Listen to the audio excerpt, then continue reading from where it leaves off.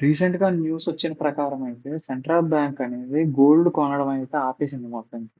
Because $36,000 per ounce లెక్కన పెరిగిపోయింది gold అనేది.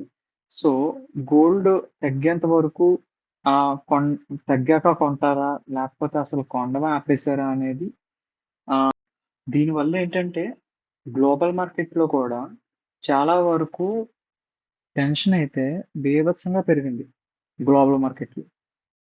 గోల్డ్ కొనడం ఇంకా కరెక్టేనా? అంటే ఈ ప్రైస్ రేంజ్‌లో అలానే గోల్డ్ 3600 అన్నాం కదా! Per ounce. Which means 10 grams.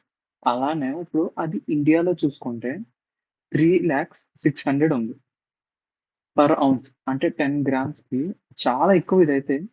ఆహ్, మరి వరల్డ్ బ్యాంక్ తీసుకున్న డెసిషన్స్ అయితే కరెక్టా? లేకపోతే నేను ఒక ఆర్టికల్‌లో అయితే చదివాను.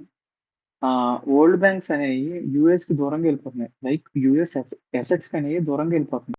ఈ అన్నిటిని బట్టి మీకేం అర్థమైందో, అలానే మీ థాట్ ఏంటో అనేది కామెంట్ సెక్షన్‌లో చెప్పండి.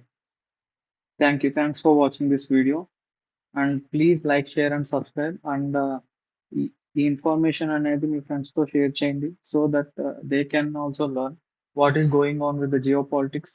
Thank you.